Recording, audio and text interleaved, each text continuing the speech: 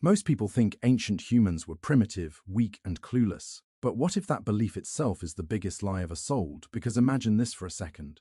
What if thousands of years ago humans knew things we don't anymore? Things so powerful that entire civilizations were built around them. Things that could move stones weighing hundreds of tons, heal the body without modern medicine, predict disasters before they happened, and even understand the universe in ways modern science is still struggling to explain. And here's the scary part. What if that knowledge didn't disappear by accident? What if it was lost on purpose? Now listen carefully, because if you skip this story, you'll miss something that might change how you see history forever. Because across the world, from Egypt to Mesopotamia, from India to the Americas, the same impossible patterns appear again and again. Ancient structures built with precision we can barely replicate today. Stones cut smoother than modern machines can manage. Alignments so accurate they track stars thousands of years into the future. And the question nobody wants to answer is simple. How did they do it without electricity, without computers, without modern tools? And the first twist comes when you realize they weren't guessing, they weren't lucky.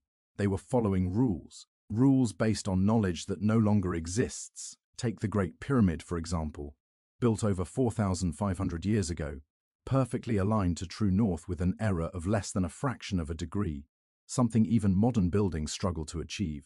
And it's not just a tomb, its dimensions encode the speed of light, the circumference of the Earth, and advanced geometry. Coincidence? Maybe once, but not again and again across different cultures that never met each other. Now pause and ask yourself, how could people with copper tools and wooden sleds know the size of the Earth?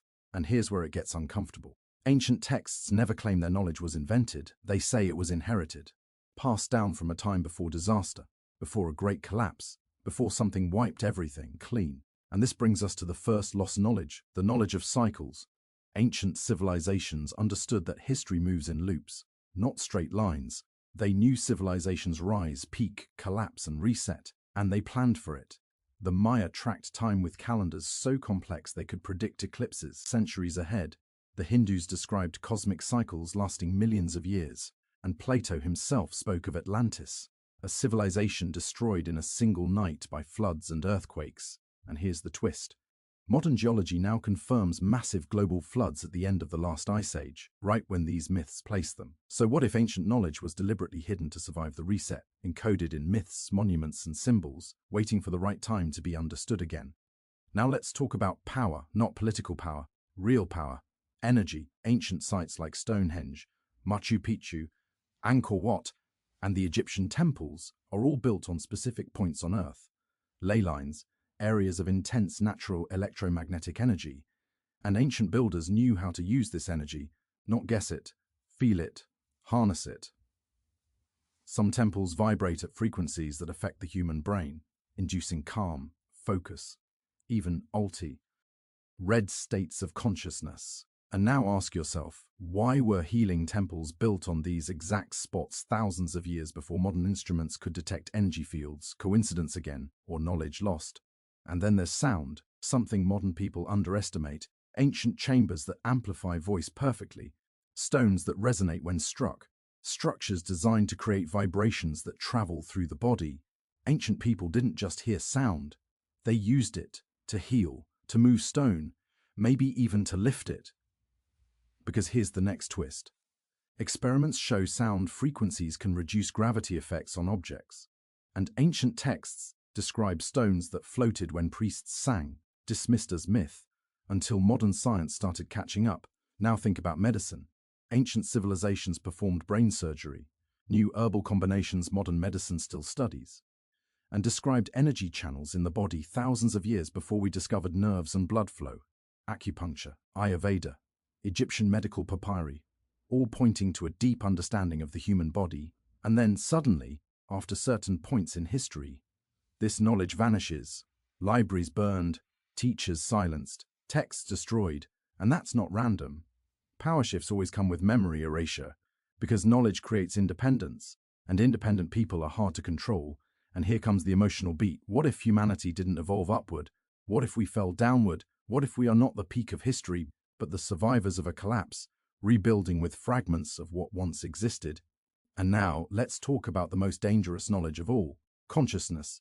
Ancient cultures Leave the mind was not produced by the brain, but tuned like a receiver, and altered states were not seen as madness but as gateways. Shamans, priests, yogis, all trained to access information beyond normal perception.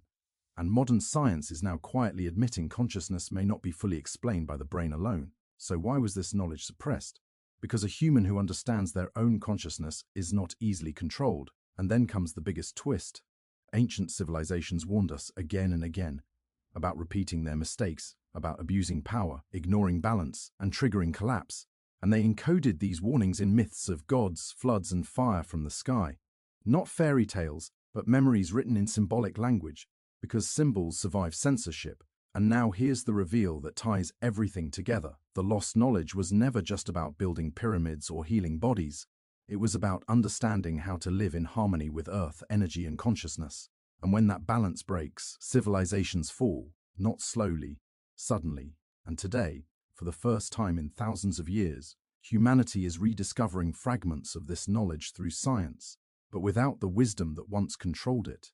And that's the real danger. Because the ancients were powerful not because they had machines, but because they understood limits, cycles, and responsibility. And the final question you should sit with is this. If we are recovering ancient power without ancient wisdom, are we repeating the same path that destroyed them? And if history really is a cycle, then maybe the lost knowledge isn't lost anymore. Maybe it's returning, and the only question left is whether we are ready for it, or whether we will become just another forgotten civilization buried under the future's ruins. If part 1 made you question history, part 2 is where it starts to feel uncomfortable, because now we're not just talking about what the ancients knew, we're talking about why that knowledge vanished and who benefited when it did. Because here's something most people never notice. Powerful knowledge doesn't disappear quietly, it gets erased. And across history there are moments where humanity suddenly forgets advanced skills almost overnight. Roman concrete that can survive underwater for thousands of years. Gone. Greek fire that could burn on water. Lost. Precise stone-cutting techniques used in Peru and Egypt. Vanished. And the question becomes impossible to ignore. How do entire civilizations forget things that are useful unless someone wanted them forgotten?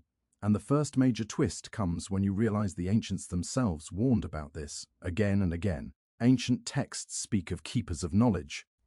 Small groups responsible for protecting dangerous truths until humanity was ready. Because not all knowledge was meant for everyone at the same time. And when power fell into the wrong hands, destruction followed. Think about it. Every myth about forbidden knowledge ends the same way. Fire stolen from the gods, towers reaching the heavens, humans trying to become gods, and catastrophe follows. And now pause and ask yourself, why do cultures across the world tell the same warning story if it never happened, and then things get darker? Because many ancient sites show signs of intentional destruction. Libraries burned, statues smashed, faces carved off monuments, symbols defaced, not by time, by people. The Library of Alexandria wasn't just lost. It was attacked repeatedly, because knowledge stored there threatened existing power structures. And when people control knowledge, they control reality itself. And here's where the emotional weight hits. Because once knowledge is gone, future generations don't even know what they're missing. They accept limitation as normal. And now let's talk about technology, not machines with screens, but technology of the mind and nature. Ancient cultures understood materials in ways we don't. They created alloys we can't easily recreate, pigments that never fade, batteries before electricity, lenses before microscopes, and maps that show continents before they were officially discovered. And modern explanations call these anomalies because admitting the truth would break the timeline we're taught. And then comes the next twist. Ancient knowledge wasn't centralized, it was global. Pyramids on almost every continent, similar star alignments. Shared symbols like serpents, suns, and spirals, all pointing to a shared understanding of energy and consciousness. And this suggests something radical, that before recorded history, there may have been a global civilization, not with airplanes and smartphones, but with mastery of Earth itself.